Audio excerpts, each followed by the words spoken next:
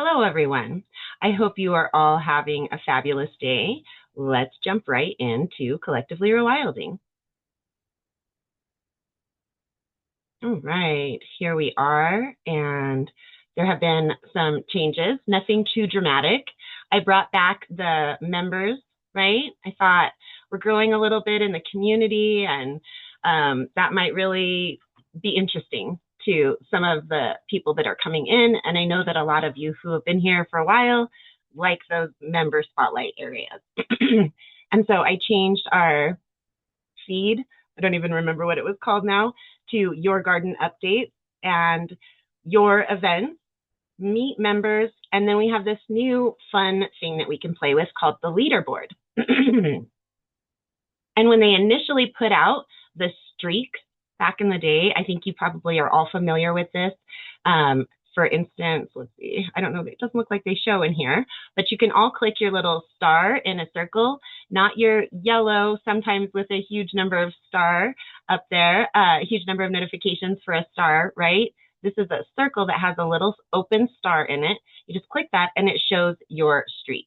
I was almost to 300. I got so close and then I forgot on a day again. It's so hard. Lena, you can go onto your profile and it actually will show you the dots and everything and your points. Yeah. Yep. Cool. Well, that was pretty much there from the time they implemented it, right? And that was something. It was nice. But this that they are doing now with the leaderboard, it's going to be much more interactive. So we put out the recognition badges early on in our community, and we've utilized them. We see them more over in LH2, right? But they're utilized. And now they have a point. So it shows here that for conversation, Tammy has received 4 badges. My mom has gotten 1. JP Preston has gotten 1. Yolanda, Candace, and myself have all gotten 1, right? And so then I'm a little bit sad. I don't usually care that Let's Go Help 2 is the next level of package, but check out Matthew's leaderboard, guys. It has this additional piece, and that is so cool. So when it's their badges, the leader is right there at the front, their image. Isn't that fun?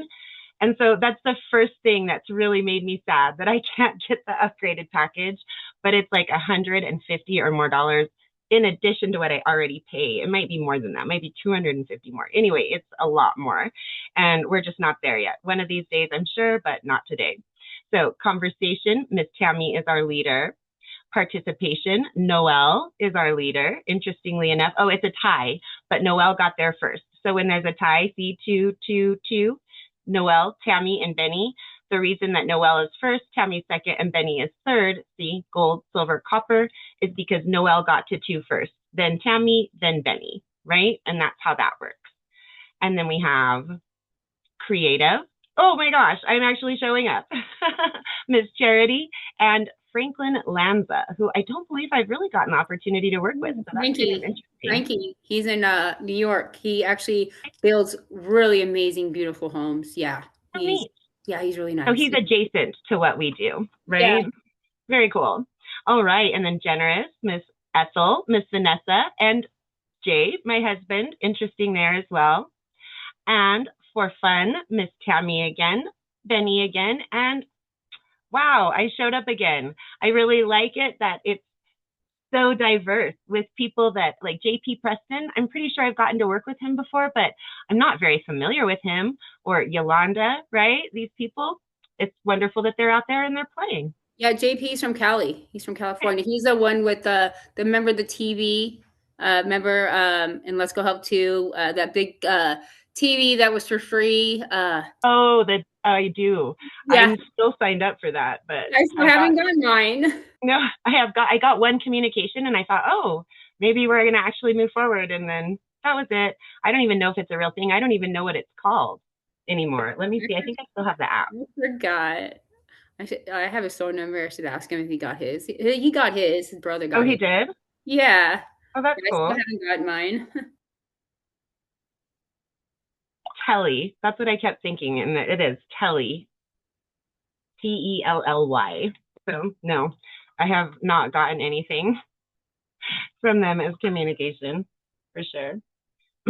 All right. So that is the biggest changes.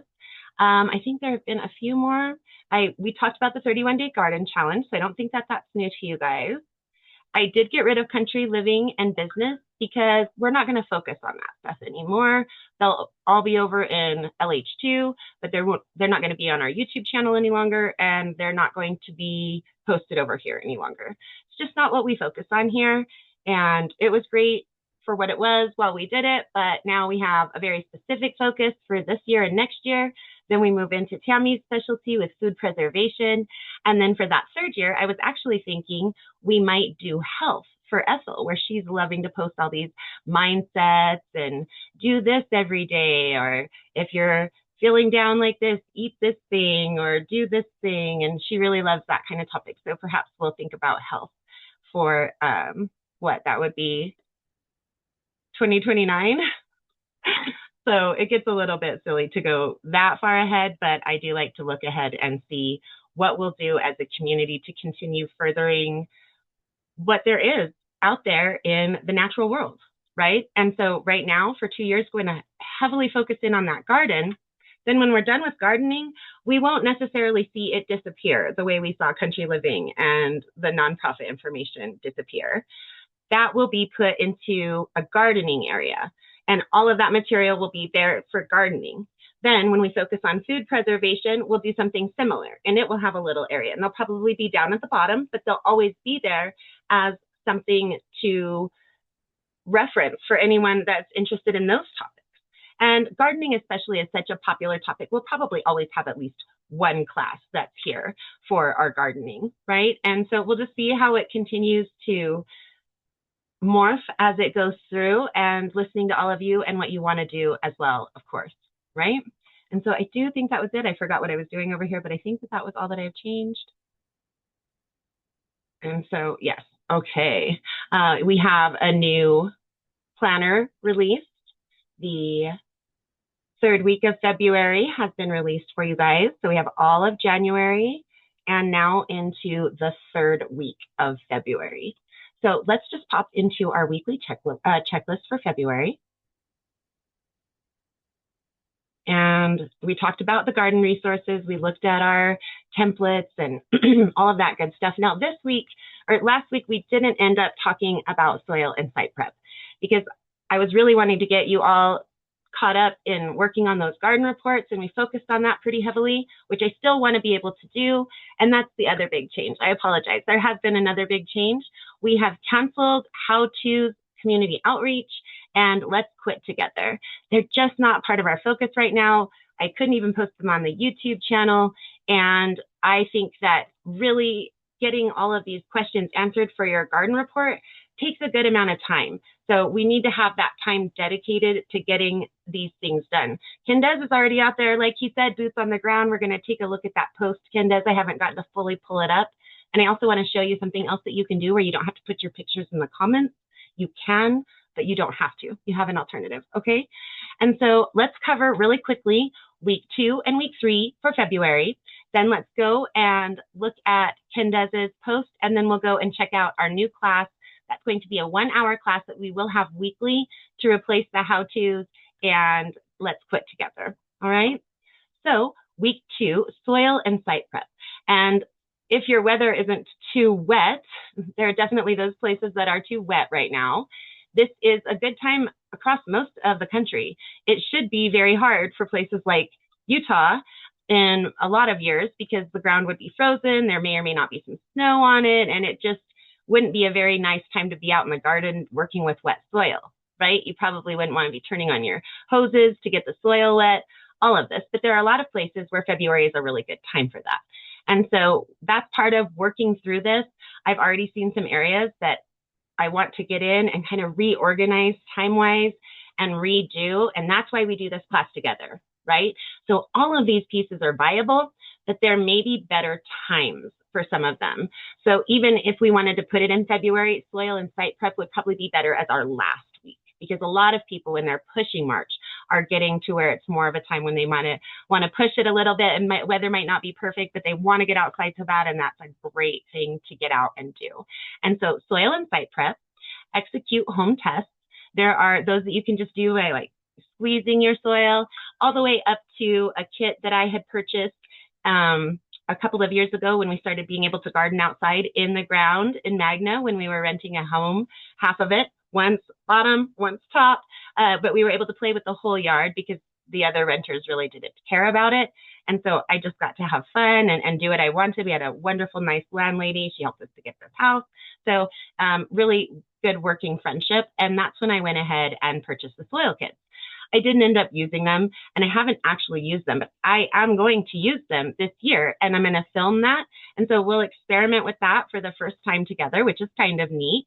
And they're not very expensive. You can get them at like Home Depot, Lowe's, your local garden and hardware type stores, right? And so you have these that don't require any chemicals at all. These are 3 do-it-yourself soil diagnostics that you can do without too much specialized equipment. The jar test, that's pretty basic, a jar. Just any kind of lidded container that you can see through the side. Mason jars are the most common suggestion, of course. Working in the garden, mason jars just go with it. Determine composition, sand versus silt versus clay. And if you're interested in doing these, that's where you jump into the week that this is highlighting here, and it'll walk you through the whole process, all right? Then you have the FIS test, and this is the one that I was speaking of.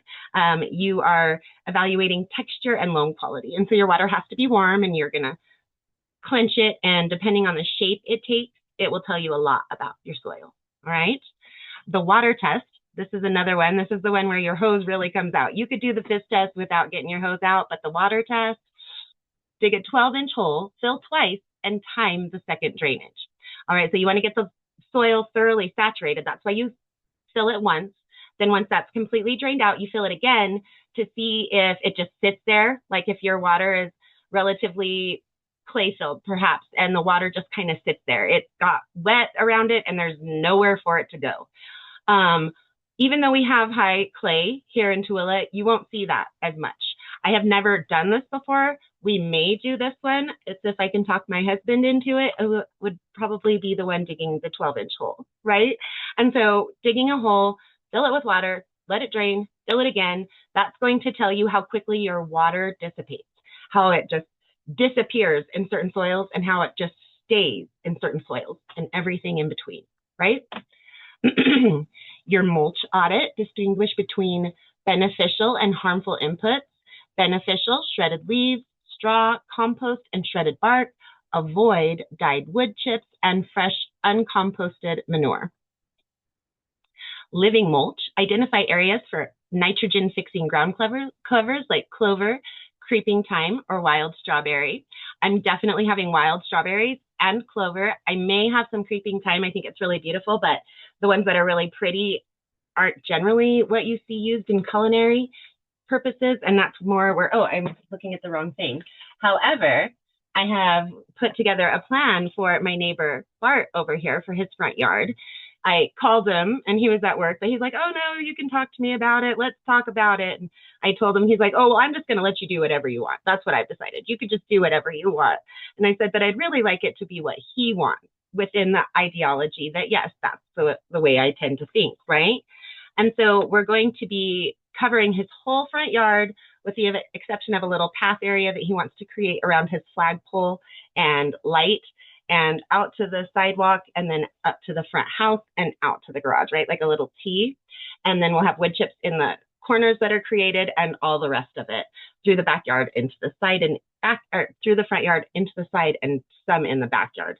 We're going to put down Rocky Mountain bee plant, Lewis flax, both of those are native, and white prostrate clover. And I think I'm going to add some red clover in too because he loves the flag. He gave the girls some little coins for different gifts that are celebrating different country holidays and things like that, momentous occasions, and they print these special little coins. And so I thought we'd make a red, white, and blue garden for him that he doesn't have to mow. He'll occasionally have to go out, get a weed out, you know, but he doesn't have to mow it. Then we're going to put like an apple tree or a peach tree in his front yard. So it's just going to be like this little garden meadow, something very nice, very pretty, very friendly for pollinators, native, drought resistant. And so that'll be the majority of it. And then there'll be a few areas where we just kind of plug in some creeping thyme. We'll probably get a couple different colors. Stone crop sedum, which I did not realize that it was so easily grown. This says these are succulents. You can practically throw a handful on the ground and they will grow. Well, that's exactly what Bart's looking for, right? And they thrive in the heat reflected off the wood chips, and they give tiny little flowers. And the pollinators do like them. I didn't know that they were a good pollinator crop, but that's awesome. And then sulfur buckwheat, and it's like this little rounded turf of grass, like a little mound, and it puts out little flowers that are yellow that go into a rust color as the fall comes. And so that's what we're going to do for his front yard. Completely different than anything any of us have talked about, right? That's why it's just so incredibly unique to plan each of these areas with all of your different goal sets. It is a very unique journey. And I think that's just so wonderful. And so we'll be adding that clover and the creeping thyme to his, and I'm definitely going to have wild strawberries and clovers. So just some things to think about.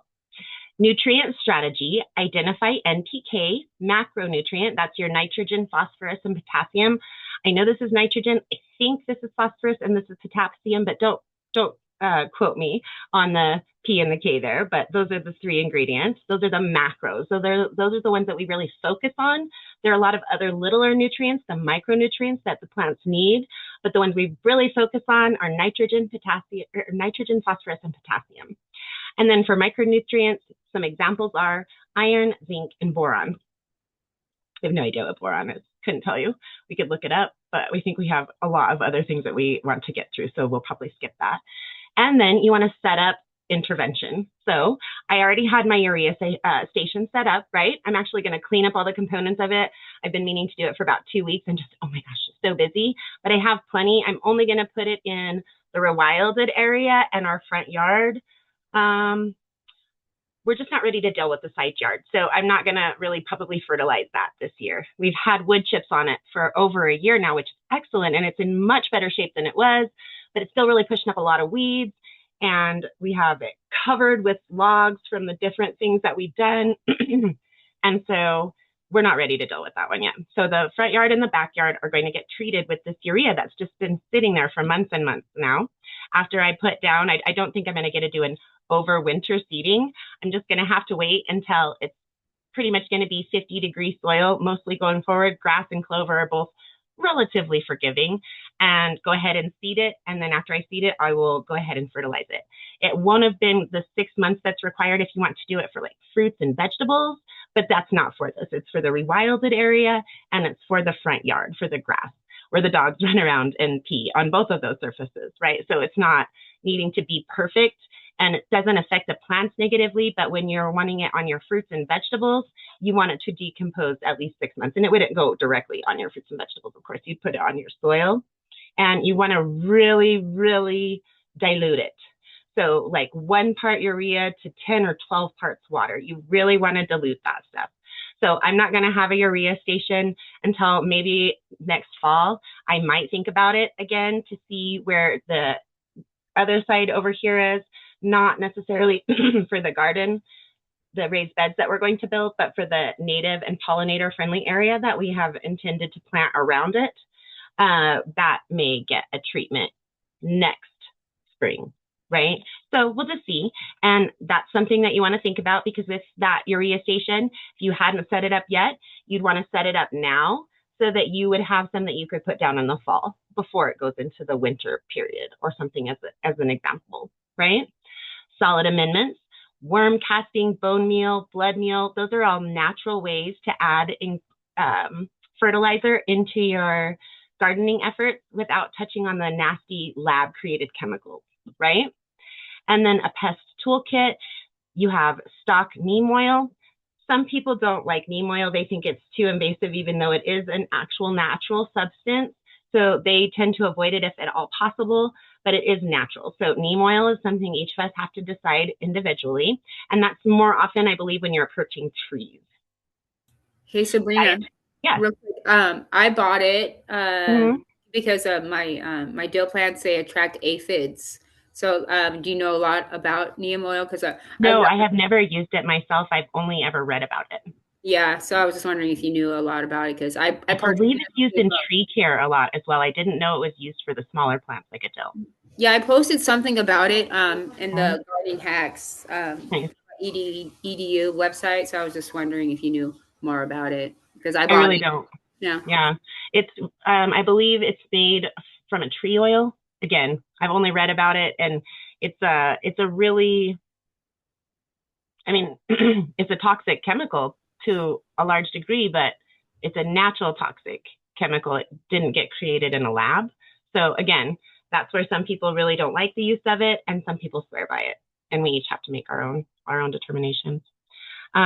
With trees, if your trees are really getting your fruit trees, if they're really getting eaten by worms and things, from my understanding, sometimes you almost have to use something like neem oil, right?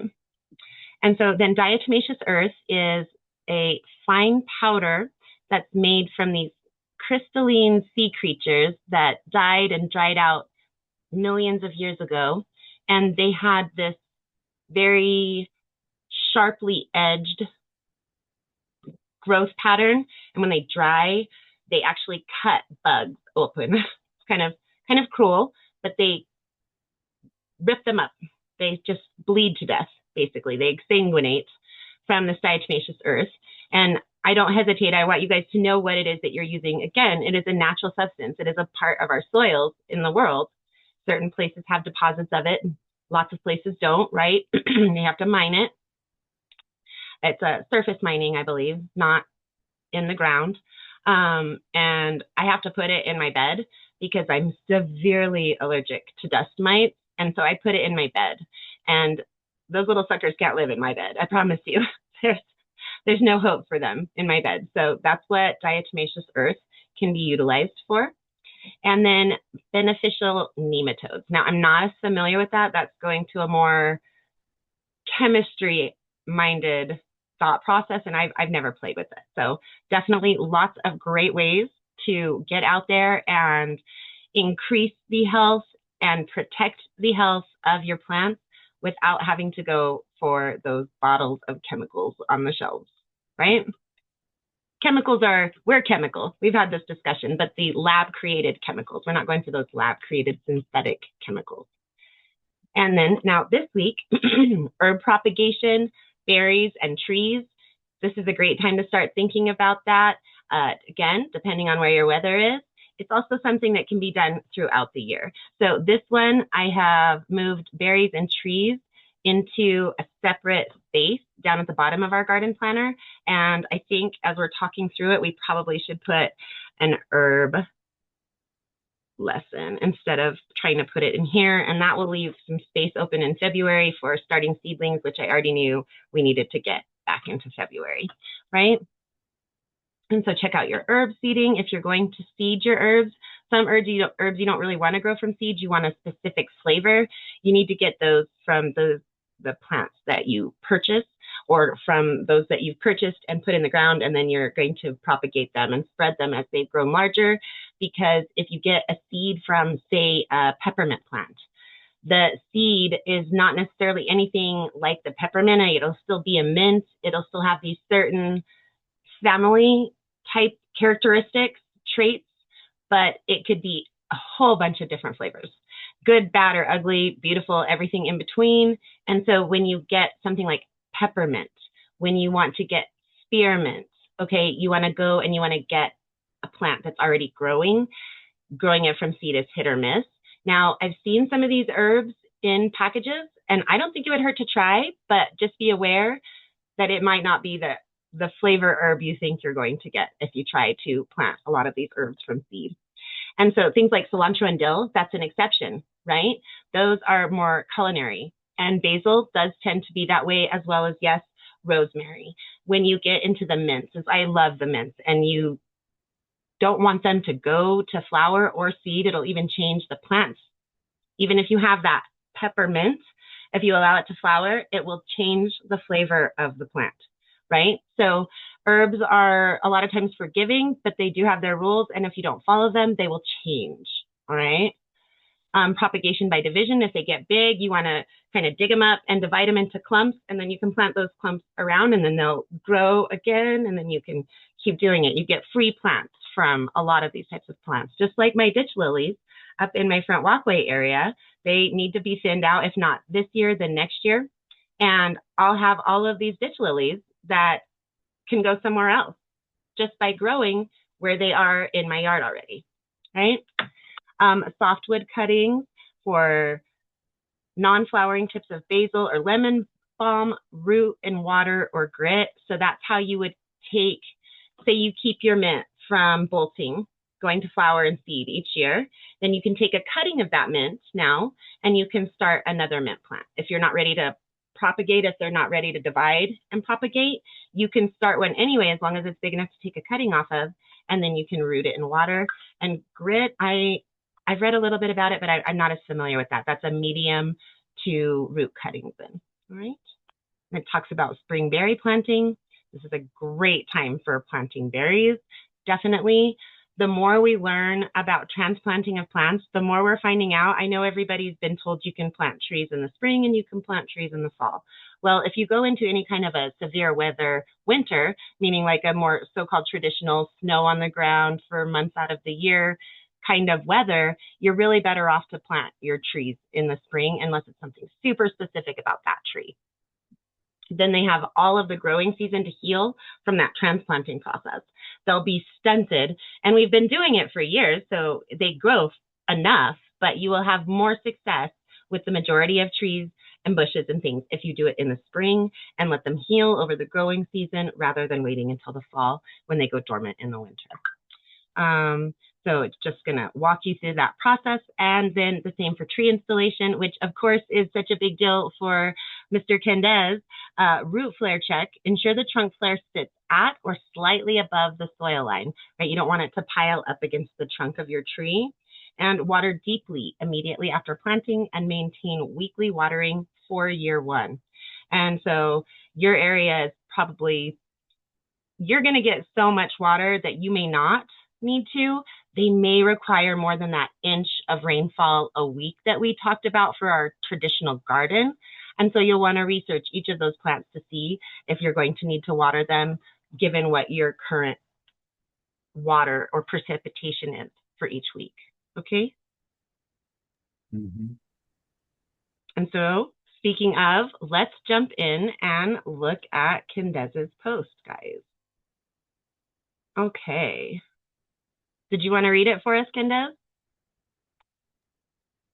Oh, no, it's just a view of like because I guess the top down view is Mm-hmm. looking that way, but I see something totally different because that's that back edge of the thing, and it looks a lot more open than what it looks like at the top down view. You know what I mean? Okay. With the dead trees, With the what? the three dead trees in the back. Did you know that birds and beneficial insects and all kinds of critters love the dead trees? So you might not want to leave all of them, but you might consider leaving one of them. Like this one right here, like this one's kind of canted, right? And this one is in the midst of a whole bunch of other stuff, so it makes it look extra messy, perhaps. But you might consider leaving one of them. I left a dead tree in my backyard. We may eventually take it down. We're just on a residential plot, but where you're out with all of this space, the bigger birds may actually use your tree to roost in occasionally. So just a thought for you. Okay. But and so when we're looking on it, boots on the ground view of the food forest, are you planting any of the trees in this area here? Yeah, I was thinking with that third tree on the right edge, that's where I'll be putting the mulberry tree at. And is your mulberry more like a trunk tree, or is it like mine that's like a bush style? Right now it's looking like a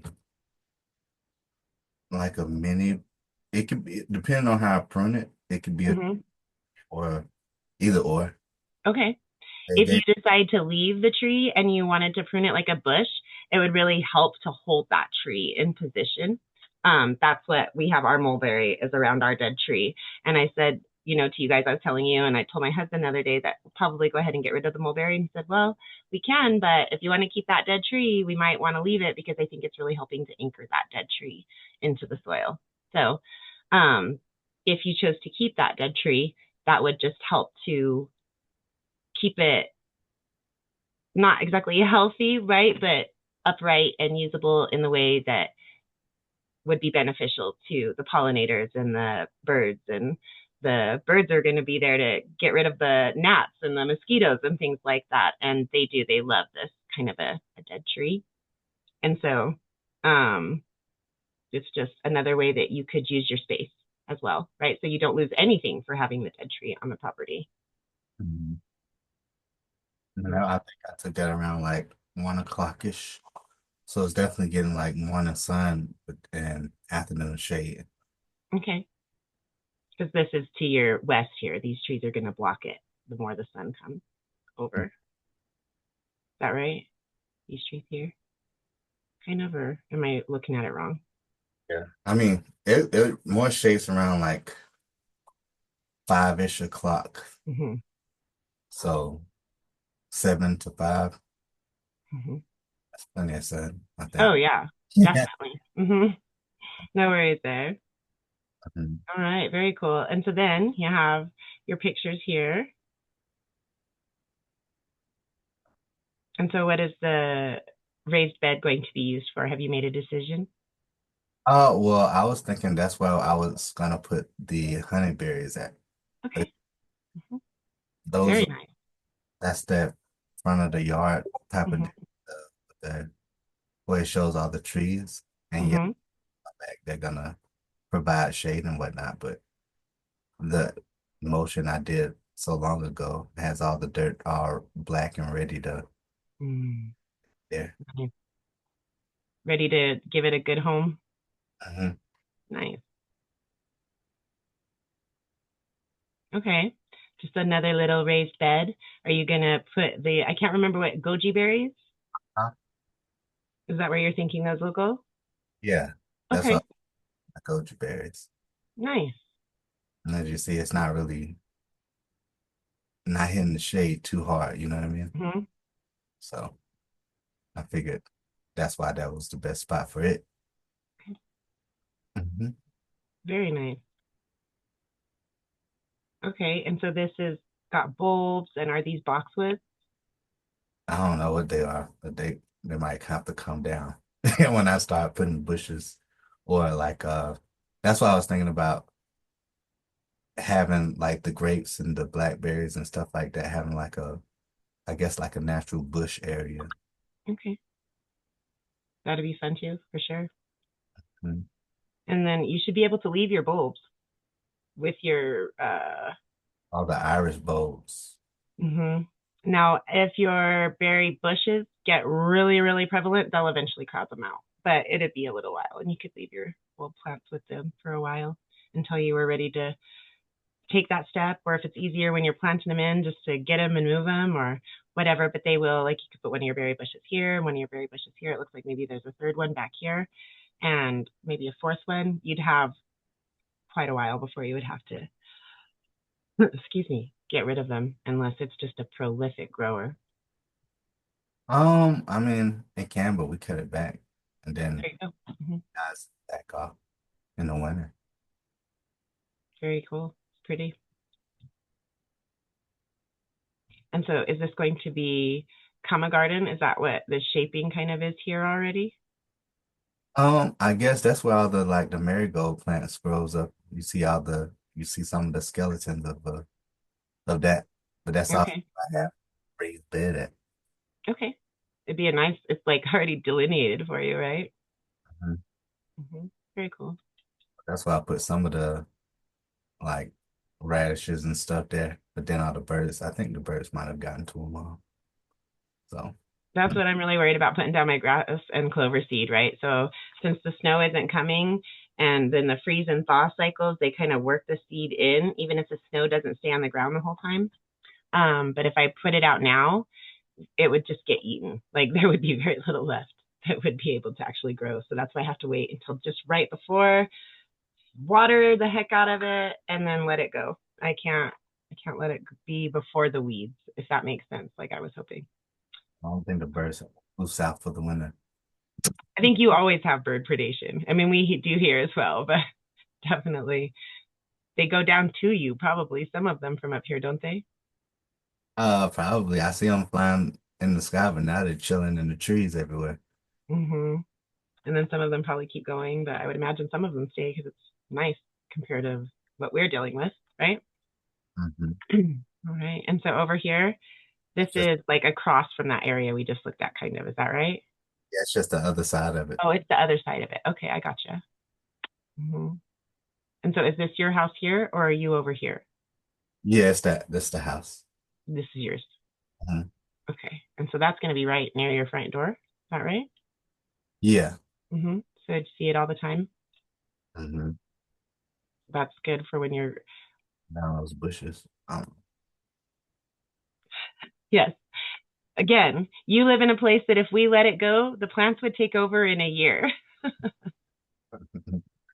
right? Definitely 5 years, everything's gone if we stop holding the plants back in the southern states. So, are you wanting to send this out or what are you wanting to do back here? This is the most north side of the land. Mm-hmm.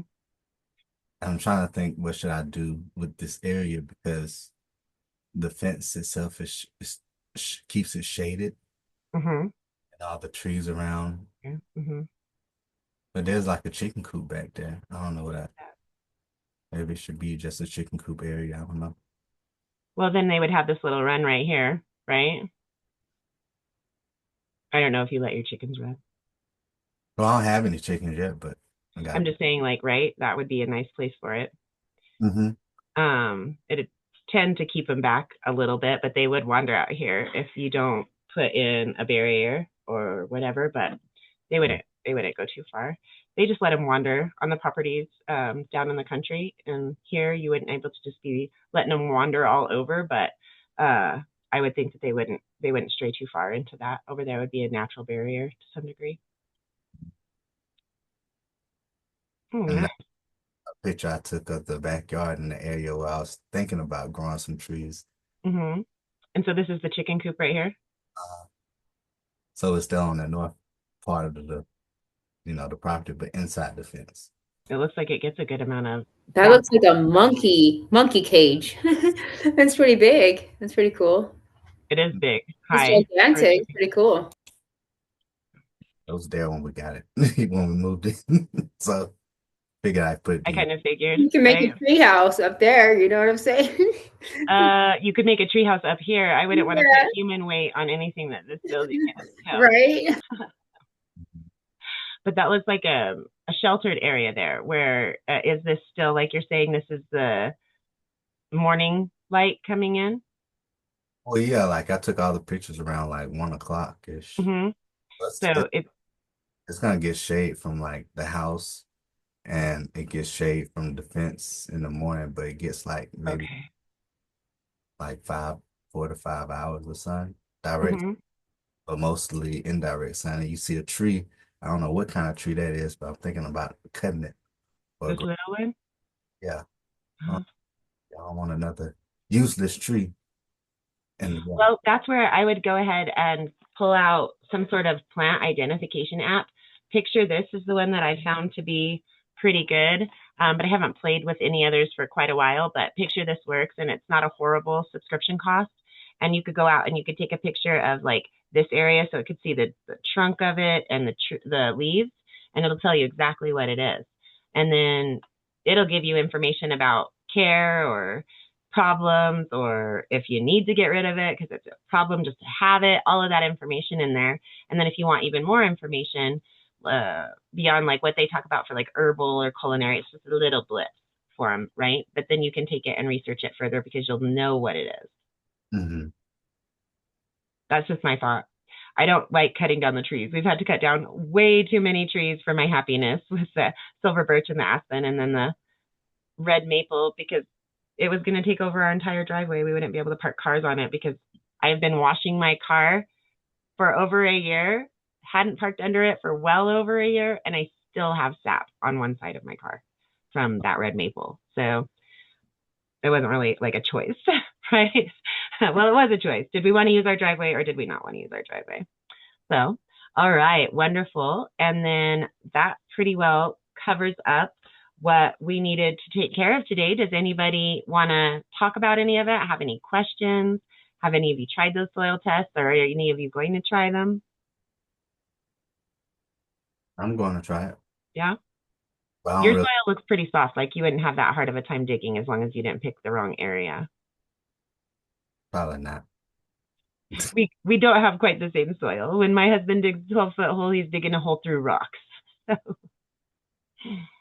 hopefully you don't have that. Well, I pretty much most all the areas that I even thought I would ever dig in.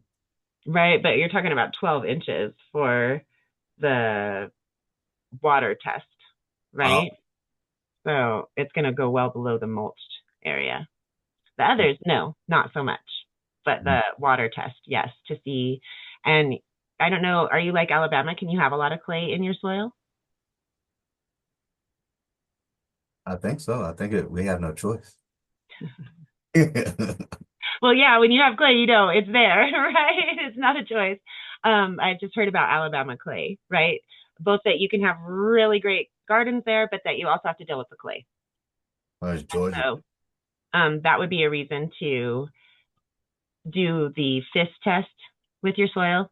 That will tell you, as will the jar test.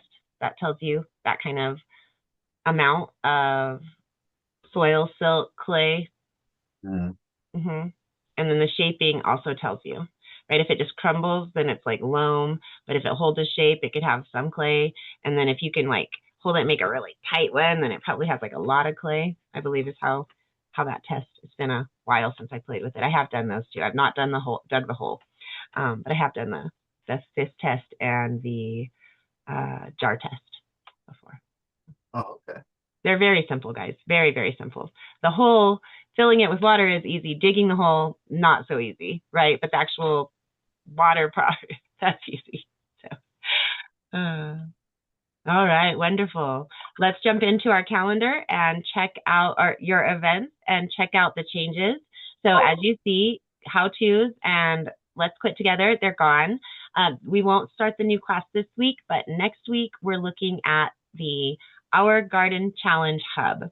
And so we have both the garden planner where we're kind of keeping on things, the 31-day garden challenge, and oh my goodness, I'm losing there was another area that I had put out for a challenge for you guys, and I can't think of what it was right now. The 31-day garden challenge. I'll have to go and look into my literature. It's just been too many big projects I've been working on here in the background from what we do here in Collectively Rewilding and so far beyond. This is where we're going to dedicate that time to. It will also be a lot for those garden reports, right? Because that's that 31-day challenge. And that's where we'll start figuring out how we're going to modify that to make it our challenge more than a gardenary challenge. It is a wonderful way that she's got it set up, and I don't think there's anything wrong with it, but we want to keep running it, so we need to make it our own. And I know there is another challenge out there, and I'm just so, I can't think of what it was. I know that we're going to do some specific things based around the Garden Challenge Hub, but I know there's another area, and I'm sorry, guys, I'm dropping the ball. I can't remember right now. And so those are the changes with the events here in Collectively Rewilding. So I will be back with you on Thursday, and that is going to be for the garden planning Q&A, and it will be at 4:00 p.m. Pacific, 5:00 p.m. Mountain, 6:00 p.m. Central, and 7:00 p.m. Eastern. Hope to see you all there, and definitely jump in and check out that leaderboard and some of the new fun things to play with in there. What was all the ways you could you said an alternative way to post stuff, so I don't have to. Oh, thank you, Candace. Yes. When you go into the areas where you guys get to post all that fun, good stuff, like the gardening hacks, gardens for health, show your wild. I'm not sure if maybe this is where you put your post here. Mm-hmm. Okay, wonderful. So yes, here we have that, and I better put emoji on it. That's pretty awesome. And I'll get a tree on there. I was trying to do it myself on my class, and I was having a hard time creating an article Okay. Yeah. I'm going to walk you guys through it right now, right? So here you are, and you should have a create button no matter your membership level, because everybody's allowed to create articles in this space. And so you hit create, and then you're going to hit article. Let me just jump into my alt account so that I can actually show you. You're right. You're right. Yeah. Mm-hmm. I just didn't look in that area. I forgot. It takes a minute, right? You're doing something different. So you don't always remember exactly where it's located. So you just jump into that show your wild. And then you're going to hit that create button. See, I'm just a member on this account. This just looks exactly like what you guys will look like. You hit create, and then you're going to see article. Once you hit article, you have the option of putting really as many images as you want. You can upload 3 at a time. And so to do that, you can put -I, and there you see image. You click that, you click to upload, or you can drag it and drop it if that's what you guys like to do. And then you just go right into your pictures and click what you want. Like I said, you could click up to 3. Open, and they're going to load. And then you have different options. So you can click this and it gives you a different menu. So you could go and put it like this, where it's over here, and that would shift it to this side, right? Or you could put it to over here, and then that's going to jump it to over there. You can make them small enough that you could put 2 pictures together. And then you put this one on this side, and then you make it smaller. Oops. And then you go back and hit the, it's always so touchy when I do this, Control V. And it might not let you do that anymore. This is a new way that they have worked it out. So, but it still gives some visual difference, right? Like you can make it a little bit bigger, make this one a little bit bigger, and then like staircase it down. Or you can make them like this, and then it's going to show just the middle part of the picture. You know, there's all kinds of different things that you can do and play with. And you guys have all of those options yourself. And so say you have an article that you want to share, you could type that slash, and then you're looking for embed. Let me move my bars in case those are in you guys' way. Embed, and you put embed, and then let me see if I have any links that will work copied right now. Yeah, this will work. Okay, so then I'm going to save that. And you can't interact with it while you're here, but this is my presentation that I'm going to do at our Main Street little meeting that we have once a month at that local website where it's showcasing all the businesses of the area. I'm going to give a little presentation. And so now I could post this, and oh, the title can't be blank. Okay. And just post it. Then you can interact with it. So I could start going through the slides here. There's all kinds of fun things that you guys can do.